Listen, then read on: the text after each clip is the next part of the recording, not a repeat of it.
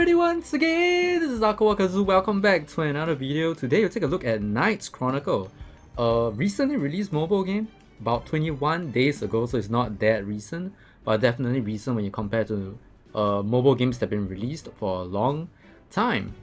So basically I'm making this video to share with you this mobile game that I've been having a lot of fun with. And basically I had a mobile game burnout for like, I don't know, half a year ever since I stopped playing 7 Nights, and I've been kept busy with Black Desert Online. But in any case, I managed to check out this mobile game because one of my subscribers on Twitch and some of my viewers told me that, hey, Knights Chronicle is coming out.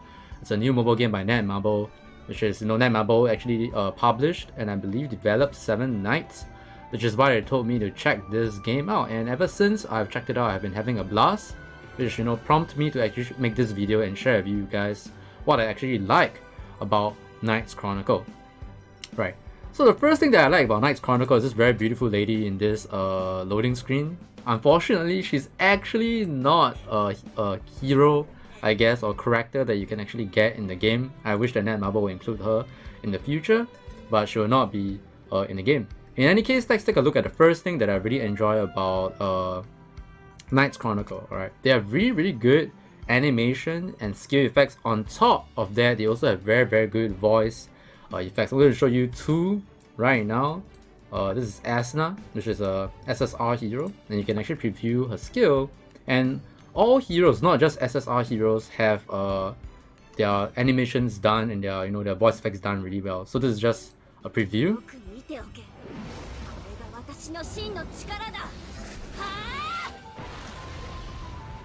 So the skill animations are nice, and the Japanese voice acting is also on point. And then here's my favorite one, right? Ru, or Rui, depending on how you want to call her, right? She's actually a Grand Adachi maid, and this is my favorite.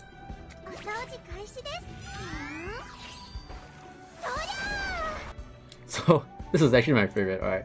So the skill animations, the voice acting is really nice, and if you want the voice to be Korean, you can also change it, alright? But I'll not do that right now. You can check it out if you want. I actually haven't heard Ru's Korean voice acting, but you can check it out if you want. That will be very nice as well. So that's the first thing, and that's the first thing that really caught my eye when I played this game.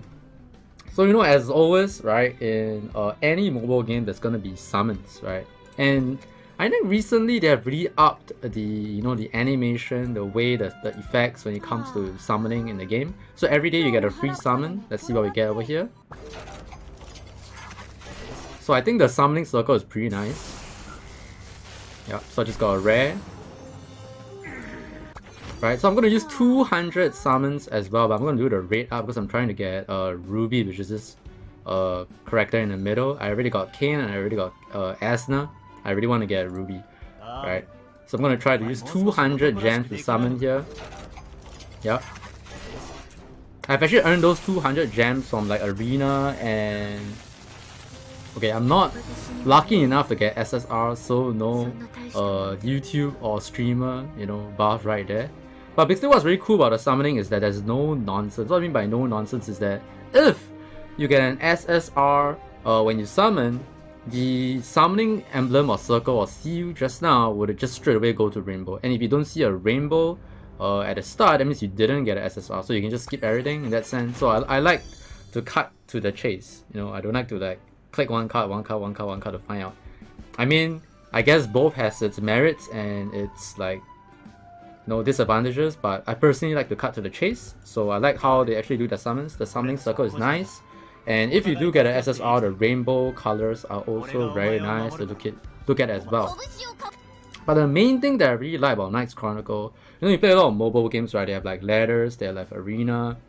Basically, for me personally, when I go into a mobile game itself, something like this, it could be a hero, it could be a card collection game, it could be something like I don't know. You basically have to people say that if you don't whale, you cannot compete, right? So I go into games like these nowadays, for mobile games especially, knowing that I will not be able to compete with the whales, right? So I don't actually really try to compete. Back then, when we still have the free-to-play Blood in Us, for those old school 1980s kids like me or 1990s kids like me, who really want to see how far we can go when we play a game entirely free-to-play, nowadays games are done in a way that you just simply cannot compete with the whales, but at the same time that doesn't mean that you cannot enjoy the game. So one thing that Knights Chronicle is doing well is their guild function, which is the role of the guild in the game, which I find very interesting. So number one, you have your check-in rewards, very similar to Seven Knights, right? I made this guild by hand over my guild leadership to Hashi.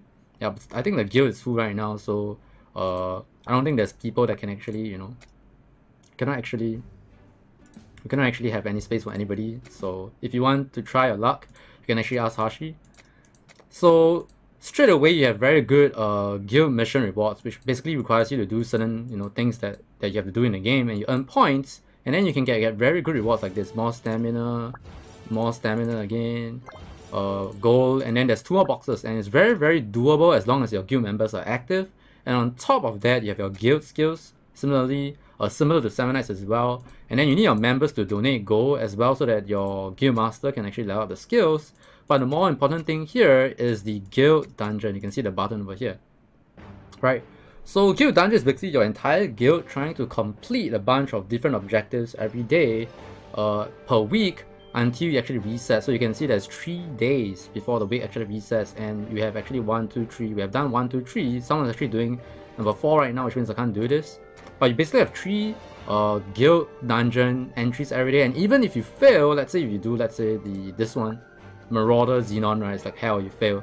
It will not use up the entry if I'm not wrong. So you basically have to do until you can actually complete the dungeon, right? So you can see there's easy ones. So let's say if you're a new player, so the game, your guild is new, you can always start by doing the easy ones. And if your guild is like very new, or if you have already completed the ones that you can actually complete and you are unable to like do the hell ones, you can just straight up do the Annihilation boss dungeon, basically do as much damage as you can, and you basically get like a bunch of rewards. So you have mission rewards, which is we have done 1, 2, 3, we're trying to clear 5, 6, and 7 now.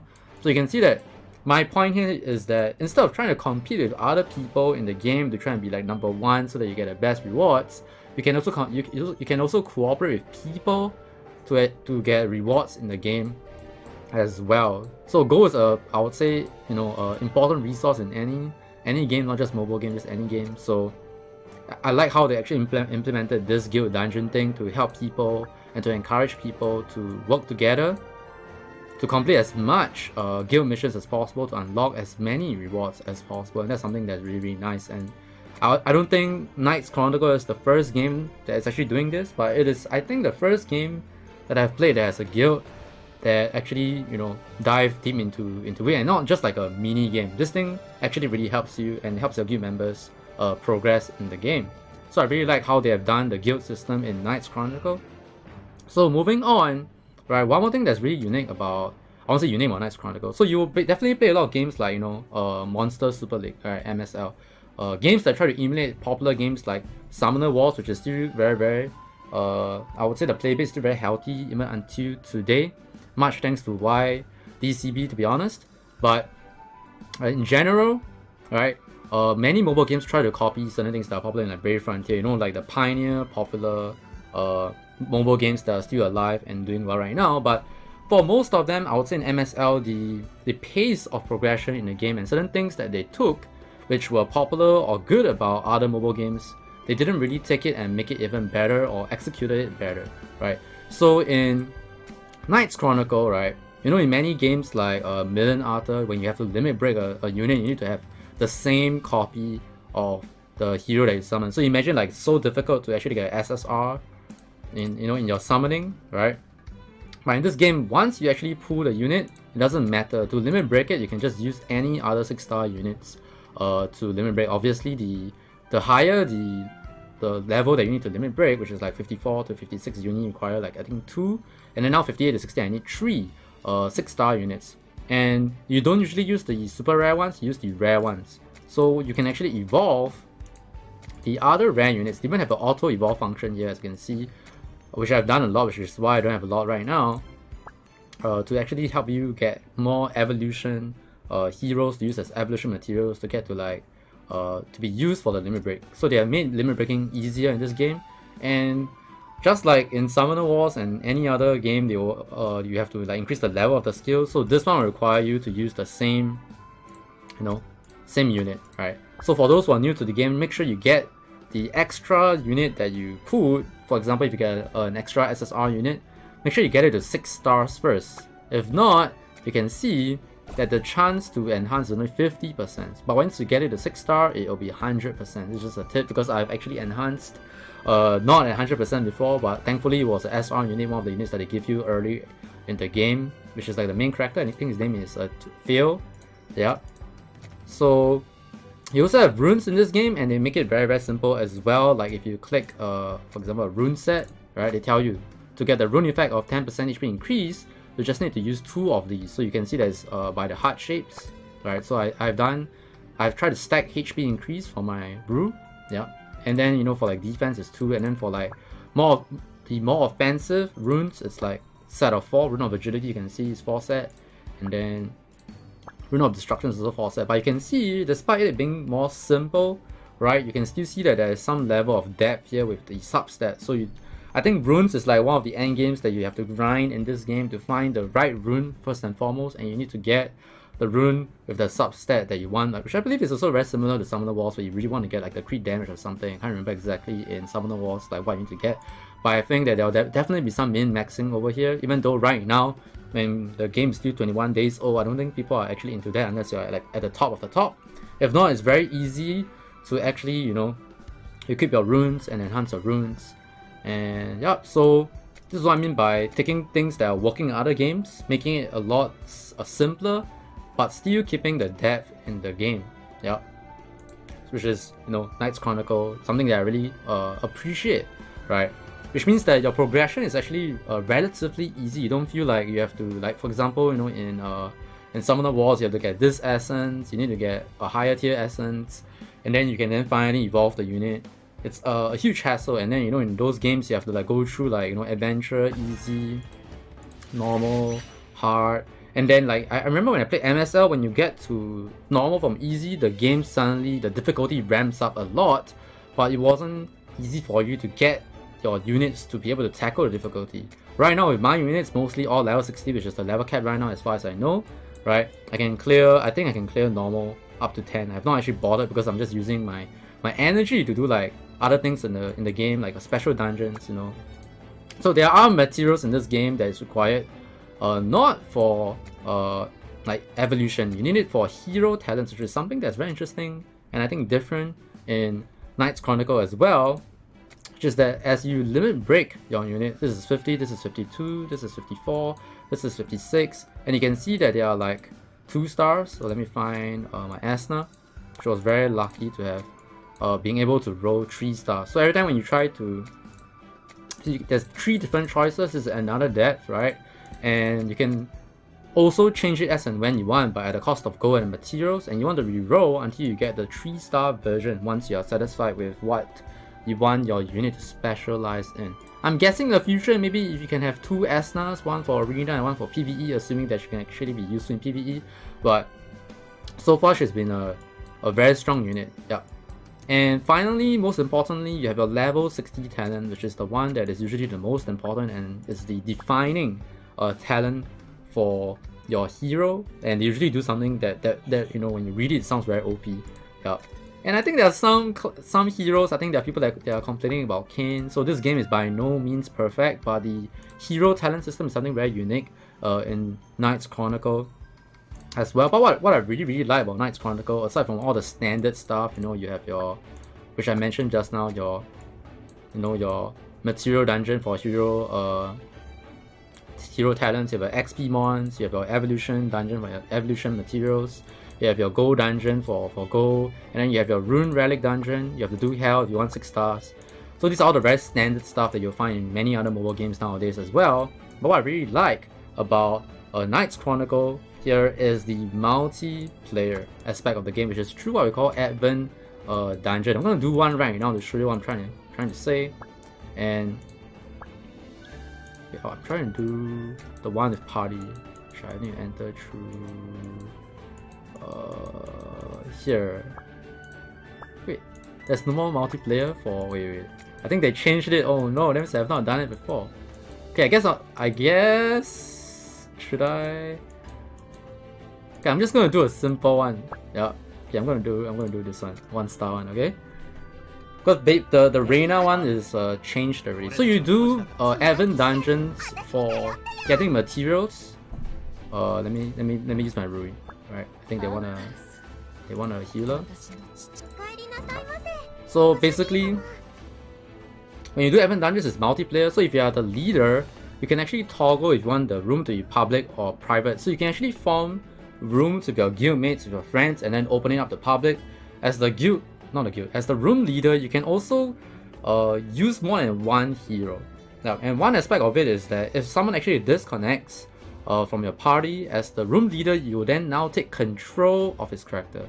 So for multiplayer comparison here, I'll compare it to Alchemist Code, which I played back then. Alchemist Code was a strategy, tactics, turn-based RPG game, and it was very, very slow for the multiplayer. But for Knights Chronicle, the pace is relatively fast.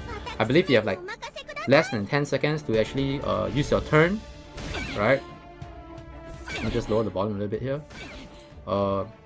And it just feels a lot faster paced, and you need to run this to be able to get the essences needed to unlock your level 60 talent. Yeah, you can also run Evan Dungeon solo, which was what you see just now that I was clicking on. But I want to show you guys the multiplayer aspect of the game. And now we're doing 1 star, so there's no problem at all. You can definitely clear this easy peasy. But as I mentioned just now, the things that I like about multiplayer is that you can make a private room with your friends and then opening up the public. Even if someone disconnects, it's not frustrating. You take control of their unit. And if you really want to try hard and you want to make sure that you want to clear the Evan dungeon itself, for example, you know that there are maybe 1 or 2 crucial heroes or like support units, like maybe 1 offensive one and 1 support unit that needs to be in a party for your party to work, right? You can then, you know, fill the slot.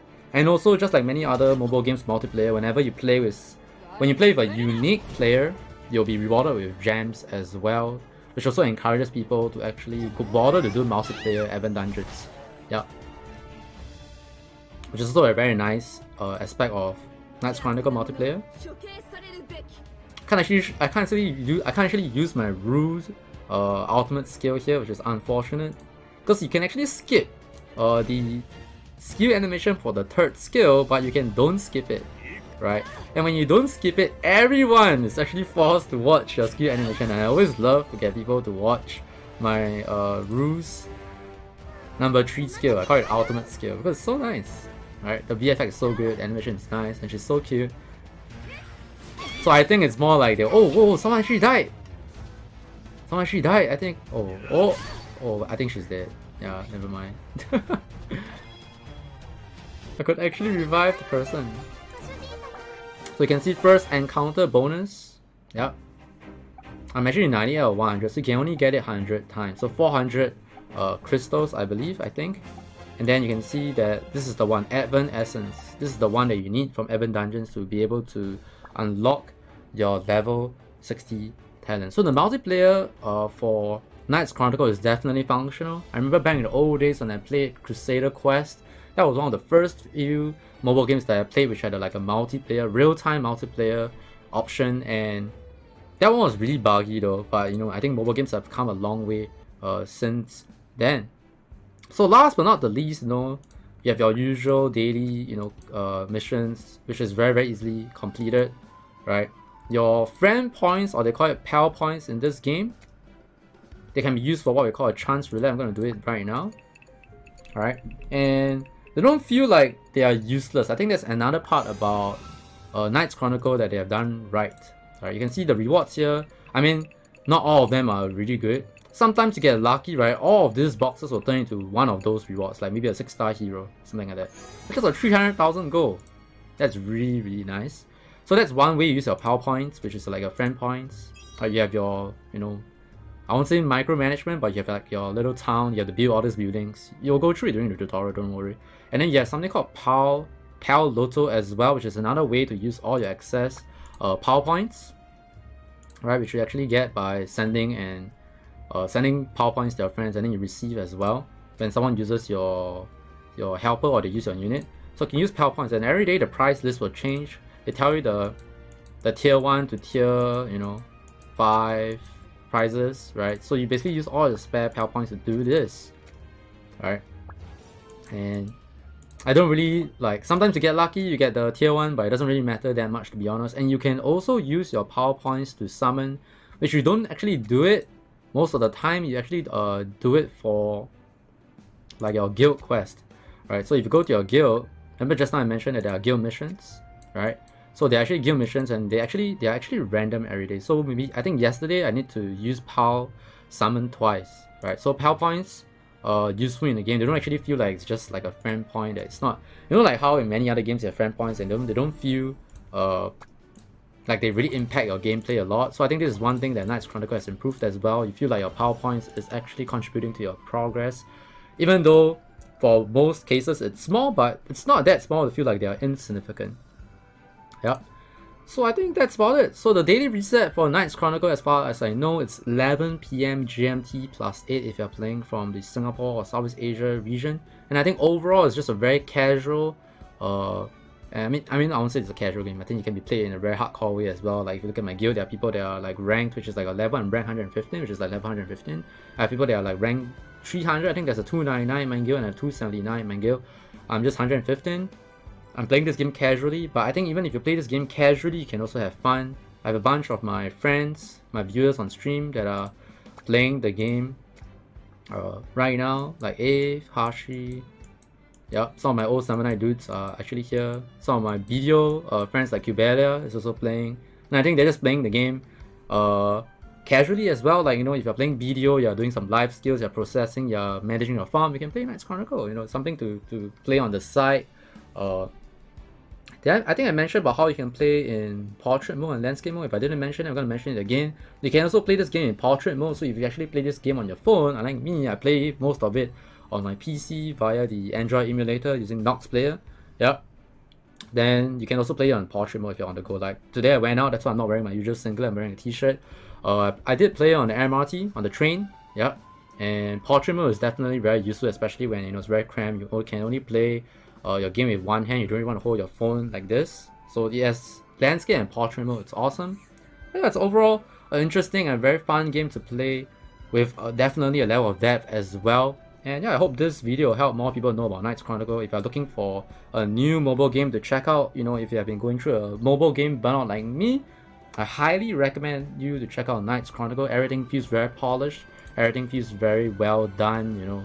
As I mentioned just now, VFX, animation, SFX, all good. And I think the fundamental mechanics in this game, obviously a mobile game you can pay to win, but I would say that you definitely don't need to pay to have fun in Knights Chronicle. Alright, name has been AikawaKazu. Thanks for watching once again. If you enjoyed this video, remember to stomp that like button. And if I have anything interesting to share with you guys regarding games, I'll definitely share with you guys with like random videos like this.